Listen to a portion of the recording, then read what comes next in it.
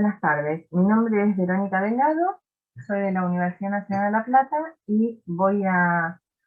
reseñar las hipótesis fundamentales del trabajo que aquí presento, que se llama Babel 1921-1929, Arquitecturas y modalidades de exhibición de la literatura, de la vida en común a la bibliografía. Bueno, el trabajo parte de, digamos, de un interés o un énfasis en la dimensión compositiva de las publicaciones para pensar las relaciones entre publicaciones periódicas y literatura. Y para pensar justamente esas relaciones en función de lo que las revistas exponen y ofrecen a la lectura y a la vista y cómo lo hacen. En ese sentido, las revistas son intermediaciones que poseen o plantean modalidades específicas de exhibición. En el marco de esa hipótesis general sobre las publicaciones, lo que me interesa estudiar específicamente son las relaciones entre revistas, sociabilidad y vida literaria, así como los vínculos entre revistas, literatura y prácticas editoriales en las publicaciones de una serie de editores porteños, considerados como parte de la época heroica de la edición argentina, que en las primeras décadas del siglo llevaron adelante, junto con la producción y edición de libros, la edición de revistas. En ese sentido, la hipótesis fundamental para, digamos, la edición porteña, o para el estudio de la edición porteña, lo que sostiene es que esas revistas marcaron de algún modo el comienzo de un género que se distingue de la revista literaria y constituyeron instancias mediadoras, difusoras y organizativas de la literatura. A la vez, lo que hicieron esas revistas fue dar a ver una inflexión específica de la vida literaria, que fue la vida editorial, y llevaron adelante la promoción de esa vida y de los libros a partir de un movimiento que se marca hacia lo periodístico y que, en términos de estructura editorial, toma cuerpo en una arquitectura específica de secciones y estrategias de difusión. En ese sentido, lo que yo voy a tratar de hacer es contrastar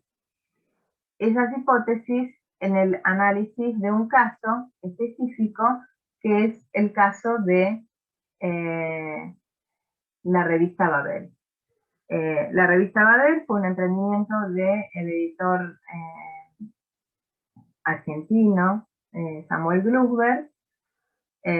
a quien acompañó en este proyecto como en otros, en la parte administrativa de la publicación, su hermano Leonardo Glusberg. La hipótesis fundamental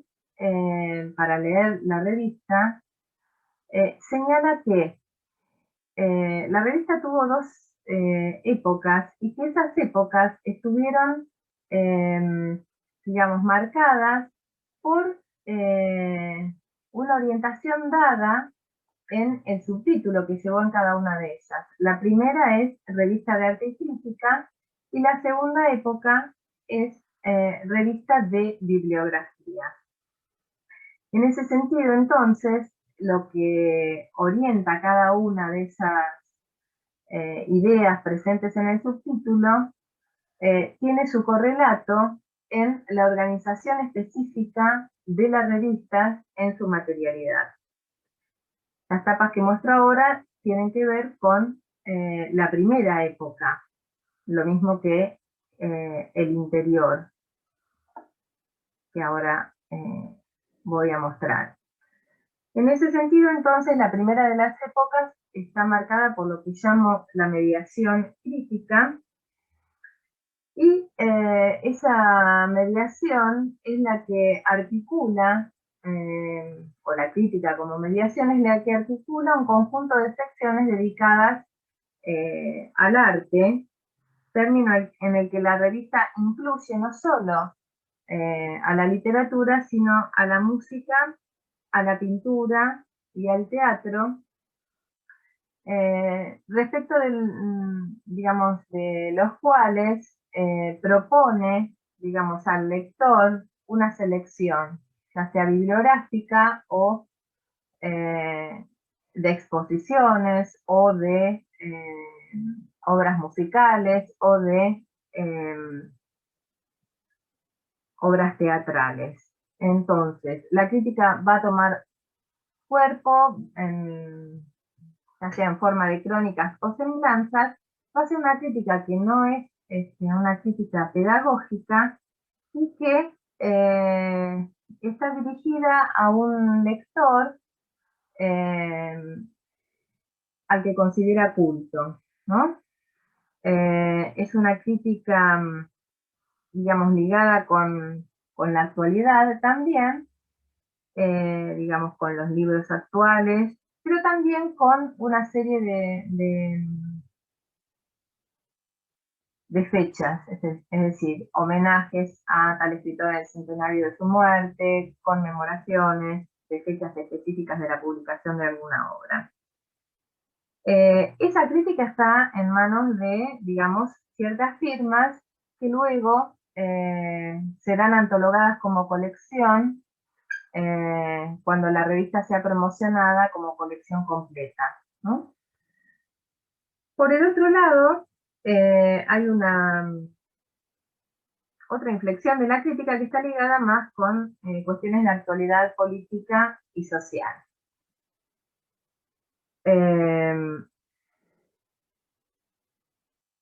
Al mismo tiempo, digamos, luego de estas secciones firmadas, lo que van a aparecer es un conjunto de secciones que fueron anunciadas siempre como permanentes, más allá de que efectivamente duraran o no en el tiempo, ¿no? Esas secciones, las más importantes de esas secciones son personas, obras y cosas y la vida literaria, a las que se agregaban otras como motivos de la ciudad, notas del momento, la mesa del café, a través de las revistas. Me interesa señalar que personas, obras y cosas y la vida literaria, en general, lo que hacían era mostrar problemáticas literarias desde la mirada de un editor, impregnadas de esa mirada, sobre todo personas, obras y cosas. En ese sentido, hay muchos ejemplos en los cuales la redacción, pero podemos pensar que es el director, lo que hace es corregir un conjunto de atribuciones erróneas a los textos de ediciones que se supone serias. Por el otro lado, digamos, señalar, si se quiere, el éxito de los autores que tienen editores, sino aquellos que editan por su cuenta. Y además, digamos, es una sección en la que se evalúan algunas iniciativas que podemos llamar de la vida sociable, de la sociabilidad, que también están tramadas esas evaluaciones por la mirada del editor, ¿no? Por ejemplo, cómo evalúa la revista una iniciativa como la de las bibliotecas al aire libre, y establece, digamos, una mirada editorial al decir cómo deberían organizarse esas bibliotecas, por secciones y demás, y a la vez, en las páginas finales recomienda el tipo de texto que debería leerse allí y una serie de títulos, ¿no? Digamos, se puede establecer claramente una relación entre esas evaluaciones, por ejemplo, y las propagandas que aparecen en el final, ¿no? Por el otro lado, la sección La vida literaria es una sección de reseñas, esas son firmadas, y destaca la cuestión editorial a partir de una mención muy específica de las editoriales de los libros que tienen detrás una figura de editor. En general, cuando no se nombra la editorial, tiene que ver con que corresponde a la iniciativa de un librero impresor y no a la de un editor. Por el otro lado, las otras secciones que mencioné están atravesadas por el tópico de la ciudad, ¿no? Como toda la revista y la literatura de esos años, y lo que hacen, o lo que se puede apreciar en esas secciones, tiene que ver con evaluación de los efectos culturales de una modernización de la que se participa, pero selectivamente, uno podría decir, ¿no? En todo caso, luego en el debate podemos ampliar esta cuestión. Y sobre todo lo que se critica son los efectos de una nueva distribución de la lectura y de la escritura entre amplias capas de la sociedad, ¿no? A las que están destinadas muchas de las colecciones, las llamadas colecciones baratas o de libros baratos de fines de la década del 10 en adelante, o un poquito antes también. Como revista de bibliografía, lo que me interesa señalar es que cuando la revista se autodenomina revista de bibliografía, a partir de más de un año de ausencia,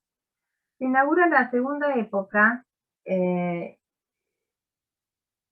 esto implica un cambio evidente en la arquitectura de la revista y un movimiento de especialización editorial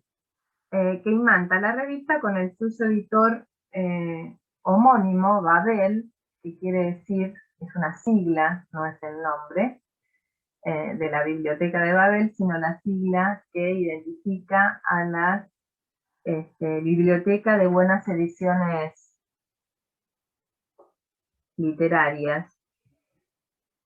Biblioteca Argentina, perdón, de Buenas Ediciones Literarias.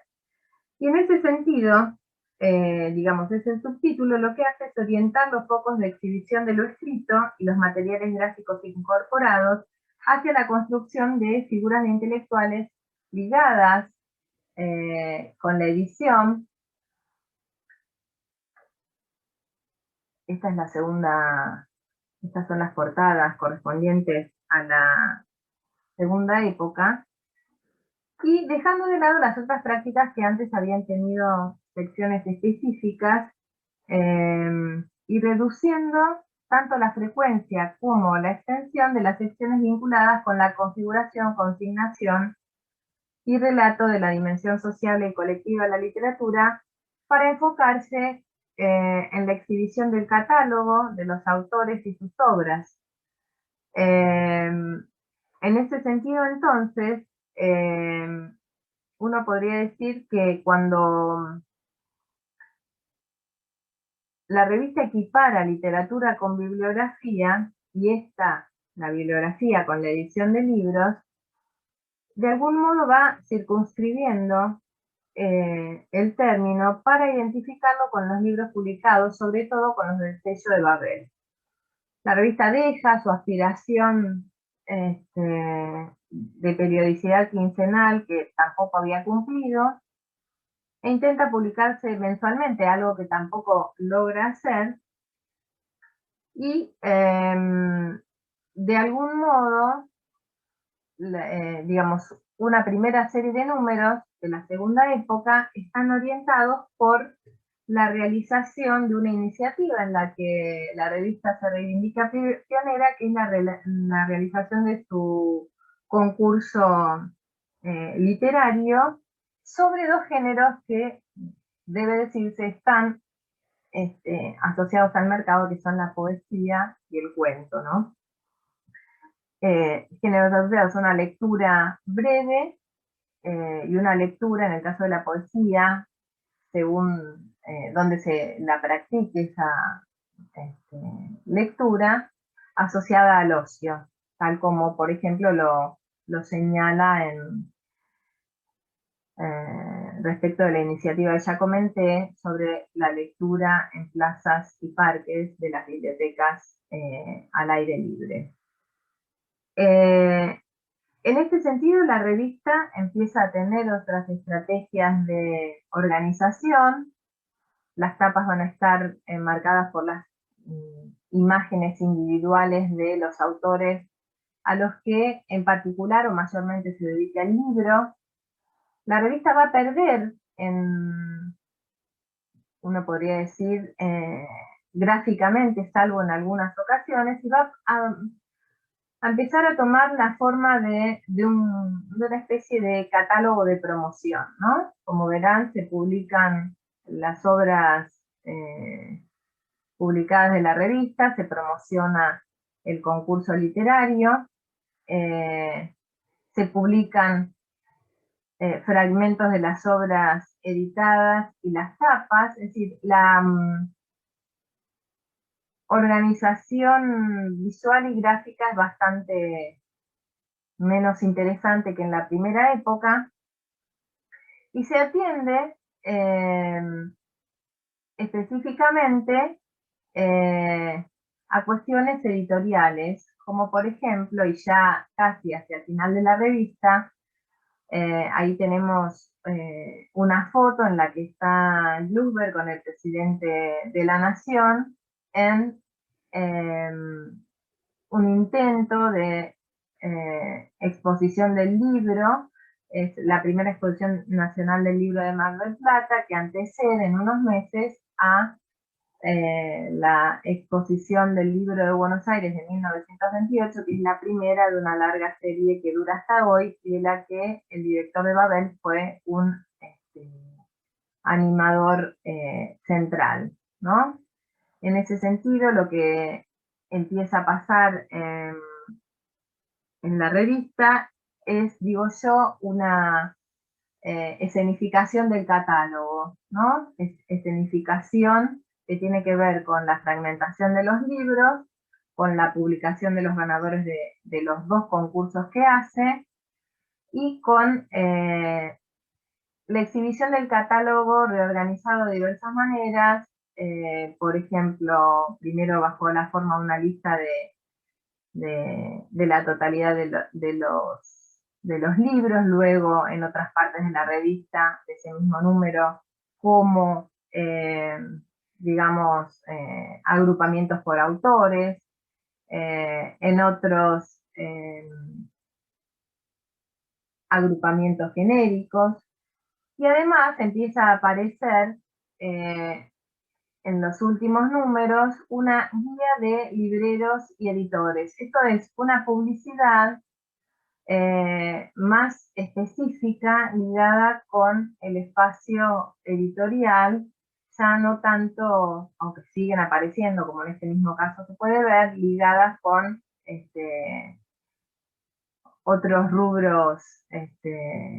como pueden ser la banca o en algún caso los pianos, los limpiadores y demás que estaban más presentes en en la época anterior. Bueno, entonces lo que hace esta segunda época de la revista es desglosar ese catálogo y de algún modo trabajar a partir eh, de los libros recientemente publicados, pero también, digamos, rellenarse y volver a promocionar libros previamente publicados, que a veces funcionan también como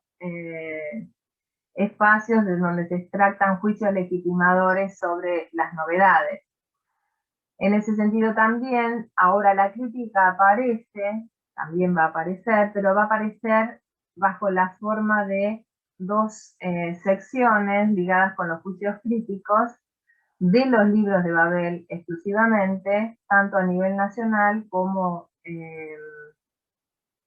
el extranjero, y también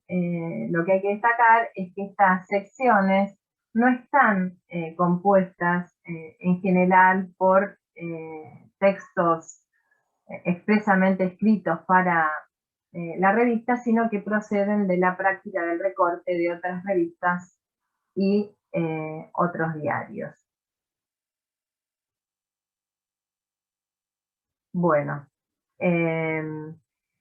hasta aquí la presentación y bueno, muchas gracias y nos vemos el 23 de abril. Hasta luego.